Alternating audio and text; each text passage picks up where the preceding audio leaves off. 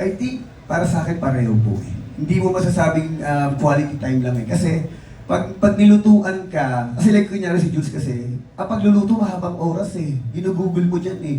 Kumbaga, nagpapagod ka dyan, di ba? Sabi nga nila, kaya minsan mas masarap yung pagkain dahil may halong pagmamahal. Bukod doon, kapag naluto niya ng gano'n, yung bonding naman namin sa sa pag-uusap namin, sa pagkukwentuhan namin. Siyempre yung mga proseso, sabi ko nga, yun naman yung panahon ko na ako naman ang kukwento sa kanya tungkol sa mga pinagdaanan ko pong maghapon. Kaya para sa akin, pareho siya. Mas pareho yung timbang niya para po sa akin.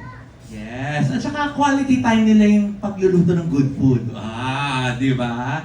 Mula naman ay kay Ms. Chad Rosetta ng Manila Fed. Ayan daw po. Sa dami daw po ng pinagdaanan ninyo bilang partners, on-screen and off-screen, paano niyo daw po ma-define ang isang perfect match?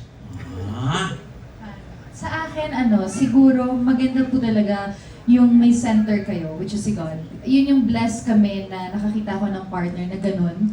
Kasi at the end of the day, lahat naman tayo bilang Pilipino, family-oriented eh. So parang yun, lagi na yun kasama sa makikilala nating partner.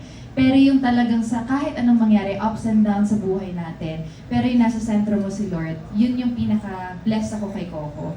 Kasi ganun siya kahit ano yung blessing na dumarating sa kanya, yung faith niya sobra talaga. And nakatulong yun sa relationship namin. Kasi syempre, wala namang perfectong tao, walang perfectong relationship. Pero lahat ng mga pinagdadaanan, happy moments, ups and downs, parang lagi talagang siguradong matatag because meron kayong sentro. Saka ako share ko lang, kaya siguro kami tumagal yung relationship namin. Una, syempre kami, honestly, di ba, dati pa to eh, lagi na kami pinag-uusapan eh, na parang sila na yata kayo or gano'n. Kasi talagang kinig namin na private yung relasyon namin. Kasi alam naman natin sa show business, di ba? Pag marami nang pumapasok, kung marami na nakikialam sa personal yung buhay, doon minsan nagkakaroon ng problema.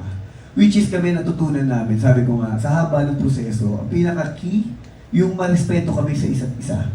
Kasi sabi ko nga, yung pagmamahal kasi minsan, pag bago kayo, matindi, di ba? Baga, bugso ng damdamin eh. Pero pag wala kayong respeto sa isa't isa, later on magpipade yun. Kami ngayon, sabi ko nga, yung respeto sa kayo pagsusuportahan ng isa't isa, yun yung pinaka-sikreto namin. Kaya yung pagmamahal namin, mas tumitindi.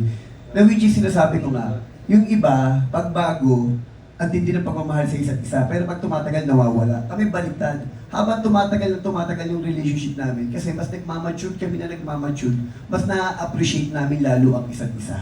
Which is ang naging pundasyon nun, yung respeto sa kayo pagsusuportahan. Kaya nga sabi ko, kung ano man minsan naiisip ni Jules, like kunyari nung naisip niya na gusto niya mag-business, support. Kasi basta kung ano yung naano niya, kung ako naman nag-business, siya naman nakasuporta sa akin, kahit minsan nagla-live ako sa mga nandun siya, pinanonood niya ako. Sabi ko, ngayon, sa parte ng buhay ko, pag tinignan niyo po ako ngayon, halos yung may mga kaibigan ako. Pero wala ako yung barkada na makikita mo na nasa circle ko or gumigimik ako, lumalabas ako.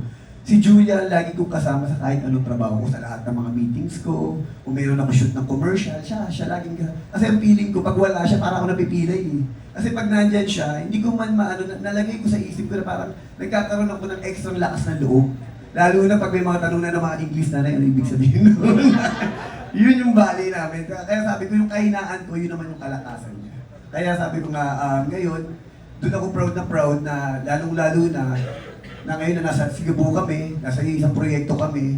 Bukod dun sa Sigabu, may gagawin pa kasi kami pelikula eh. May ginagawa kami ngayon na pelikula. And then plus ito pang Rigasco. Kaya kanina sabi ko nga po, sobra-sobra talagang biyaya yung binibigay sa amin ng Panginoon. Kaya maraming salamat po. Nakakakilig.